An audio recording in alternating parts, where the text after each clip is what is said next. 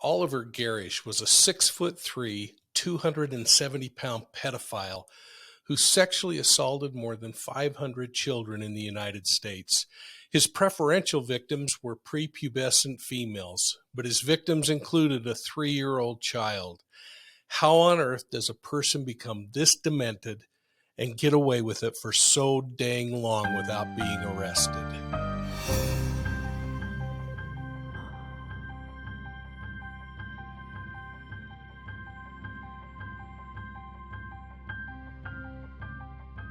Welcome to Profiling Evil. If you're new to our channel, thanks for joining. And if you're one of my university students or a longtime channel member, welcome back. Thanks for your support. Either way, please take a moment and click that like and subscribe button. Ring the bell so you get all of our informative videos. Now let's talk about pedophilia. Pedophilia is a psychiatric disorder where an adult or an older adolescent experience a primary or exclusive sexual attraction to prepubescent children. These are boys and girls who typically are under the age of age 12. In order for the predator to be classified as a pedophile, most experts suggest that they need to be at least 16 years old and they need to be at least 5 years older than the victim. The term pedophilia comes from the Diagnostic and Statistical Manual of Mental Disorders, which defines it as an intense and recurrent sexual urge, including fantasies about prepubescent children. Now, there's other groups that classify it, like the International Classification of Diseases, who defines the disorder as a sustained, focused, and intense pattern of sexual arousal manifest by persistent sexual thoughts, fantasies, urges, or behaviors, but again, involving prepubescent children. Pop culture simply classifies it as any sexual interest in children or the act of child sex abuse. And there's a problem there.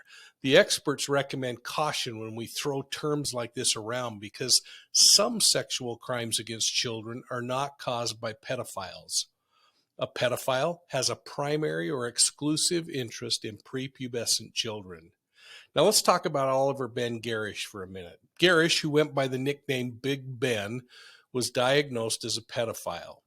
Over the course of his criminal history, he was arrested numerous times. He served a short period of time in prison before being released, but over and again, this guy would talk his way out of arrests or just get short prison terms or jail sentences. His last conviction was in 1985, and that was the time when they proved he was a serial predator and they took it serious. He remained in prison until his death in 2001. In fact, a little interesting side note, when he died, the warden called me up and said that he had willed all of his personal property over to me, which included his diaries where all of his deviant thought were. It's really quite interesting to read. Well, I spent hundreds of hours interviewing this offender and ultimately got confessions from him on nearly 525 sexual assaults of children. His crimes reached from Utah to Missouri and then south to Arkansas. I remember asking him about how he got out of trouble so many times, and he just smiled and said, "I appear honest to the cops, and they believe me." Well, toward the end of his personal reign of terror, Garish discovered that befriending people from faith communities was the easiest way for him to access their children. He took advantage of their trusting attitudes and their personal goodness and values, and he turned it against them.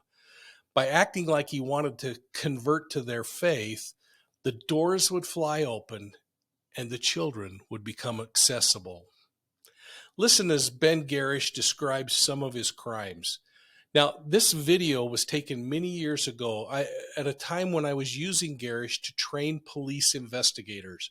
I would actually take him out of prison and take him to conferences where I would have him teach investigators how predators think. I think you're going to find this interesting as you see how investigators were trained in the dynamics of investigating and then interviewing serial sexual predators of children. I'm Oliver Garish. Before I get started, I want to say that I'm a participant in the Phase 3 sex offender program at SSD down at Utah State Prison. While everybody else was having fun up the house, Billy grabbed Cindy, told me, come on, let's go down to the bar and I'll show you something new. And that's where I learned to molest little girls. Later on, several weeks later, I was raped at school, hurt quite bad. My dad got all embarrassed about it.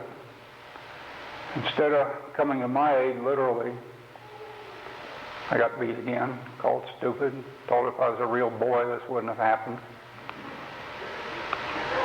Dad hushed it up at school, took me out of town to a major teaching center, hospital, where they closed that area up surgically. It's been closed ever since. I eventually molested a young girl, viciously attacked the young girl, is perhaps a better way of saying it. A 7-year-old girl, dragged her off her bicycle into a restroom at a gas station, forced her to do oral sex on me, threatened to find her home and burn it down with her and her family in it if she ever told. To her credit, she told. I got arrested. The child will trust you, and they'll open right up to you then. I had a child tell me her father was molesting her because I was on a one-on-one level with her. And then I did the same. Get your children comfortable with talking with you. Define for them very clearly. You've heard the good touch, the bad touch. Beware of the stranger. I think I would take it a little bit further. Tell them to beware of any touching that's under their clothing or in the genital area, regardless of who does it. Okay, I targeted ages from 3 to 13. Had 5 male victims and approximately 500 female victims. The question is, along those same lines, could I look at any child without any sexually deviant or otherwise thoughts in my head? To this day, at this time, no. The thoughts still occur.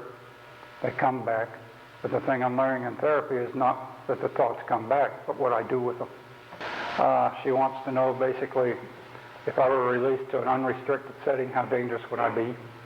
Due to the therapy I've gone through, I think I would be dangerous. And that's a realistic appraisal of myself at this point in time. I saw Cindy accidentally, in fact. I was in Chicago on a business trip and saw her in a mall. And she handled it quite well. She really unloaded on me, which was her right, but said she'd gotten over it, and we never met again from that point on. Billy Gage, the guy that molested me, committed suicide, took a coward's way out, drove his car into a bridge abutment in Chicago at age 22 at over 100 miles an hour. The question is, how do I see my future as a result of this? I have agonized over that for a long time before coming up here today. And to be absolutely blunt with you, I don't think I have a future. Were you confronted on a lot of your victims by police? I had, out of the 500, I had 7 times I was arrested. And of those 7, that's not 85 and 82, okay? 7 others, 9 altogether. Of those 7, I walked on all of them. Do you know where the police went wrong? Yeah, they believed me. Were my desire so strong that had I had my own children, would I have abused them? Yes, I probably would have. I had no limits. Knowing myself better than anybody else, if I were on a parole board, would I now let myself out? At this time, no, I would not. You're welcome. Mr. King? I'm sorry, I hope I didn't give any final statements because I didn't. No, I don't know what to give for a final statement. I have no idea. Last time I gave a final statement, I got 6 to life.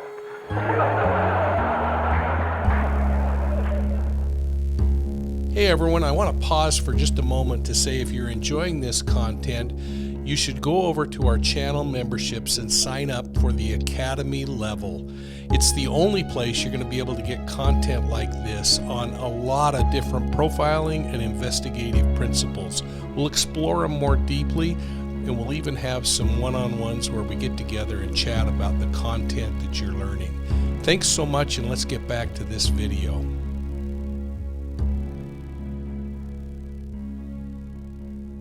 Well, I also worked with Garish to share publicly how parents can protect their children from people like him.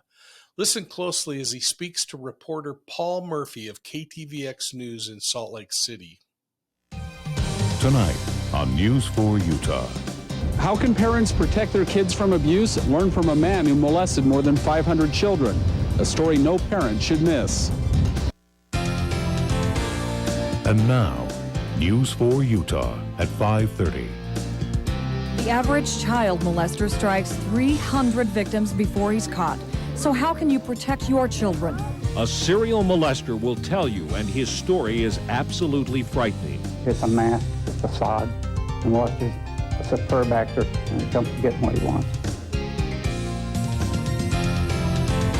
He is every parent's worst nightmare, and he is our top story. A man who befriends a family only to abuse the children. He's done it hundreds of times, and now he wants to warn parents about how he got away with it. News 4 Utah's Paul Murphy joins us now. Paul, this guy has done so much damage. Why does he want to help now? Well, Randall, he says he's had a change of heart, and that change came after many years in prison. When you're not watching your children, someone else might be. This man we'll call John was looking until he finally got caught. Well, the first thing I think is very important for the parents to realize is that the molester is not the stereotype that is given in the media nowadays, quote, the dirty old man in a park with a candy bar. More likely, he's a family friend. A molester, like myself, I used guile. You know, I came on as a friend when I really wasn't. I was their worst enemy. And trickery and lies, all that kind of stuff. Or a babysitter. Parents would bring in their children and tell them, now you do what John Doe here says, make mommy and daddy proud of you. From that instant on, I owned their children. They totally disempowered those children. By using those children like that, after I was through molesting them, all I had to do was say, okay, you've been real good. Mom and dad are really going to be proud of you. So I'll tell you what, I'll go ahead and tell your mom and dad this for you, you know, how good you've been, so don't worry about it. And none of them ever talked. Is there anything a parent can do to protect their children from someone like you? I mean, you sound very devious. I am. Yes, they can, but they've got to be aware of what's going on around them at all times. What would you look for in a victim? Basically, I look for a child with very low self-esteem. Generally, in a picture of 30 or 40 children, there'll be at least 3 or 4 of them looking down, standing in a closed body position. That tells me instantly there's something going on in that child's life. Either they're lonely, they're hurting, or somebody may have molested them already. And John speaks from experience. He says he's molested as many as 500 children. That's an awful lot of sorrow. But he was only convicted twice. As a parent, I'm not very encouraged by what I've heard from you. Those are cold, hard facts. And I don't know what else to tell you. You're scaring the hell out of me. Good, and it's working. John even has some advice for parents. He says parents should know where their children are at all times. Do criminal checks on all caregivers. Have frank talks with your kids so they will be comfortable talking when someone acts inappropriately. But do we really want to get advice from a child molester? Tonight at 10, I'll show you how police are using John like the FBI used Hannibal Lecter in the movie Silence of the Lambs. I'm offering you a psychological profile of Buffalo Bill based on the case evidence.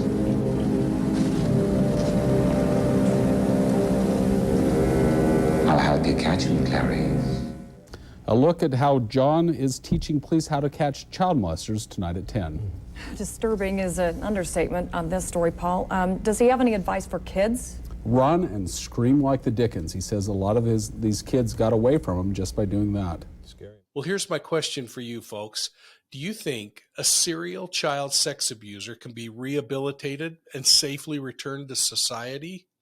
I'm going to be looking for your answers down below on this one, and thank you for being professional in your responses. This is a difficult subject, and it generates a lot of emotion in us as we think about this kind of abuse happening to the most vulnerable among us, our children. Well, I hope this segment helps you better understand this kind of predator. If you like this video, please hit the like and subscribe button and ring the bell. And remember, you can find Profiling Evil on YouTube, Instagram, Facebook, and Twitter. And please go to our webpage at profilingevil.com. And by the way, if you like podcasts, check us out on your favorite podcast platform at Profiling Evil. Thanks for supporting us, and we'll see you soon at the next crime scene.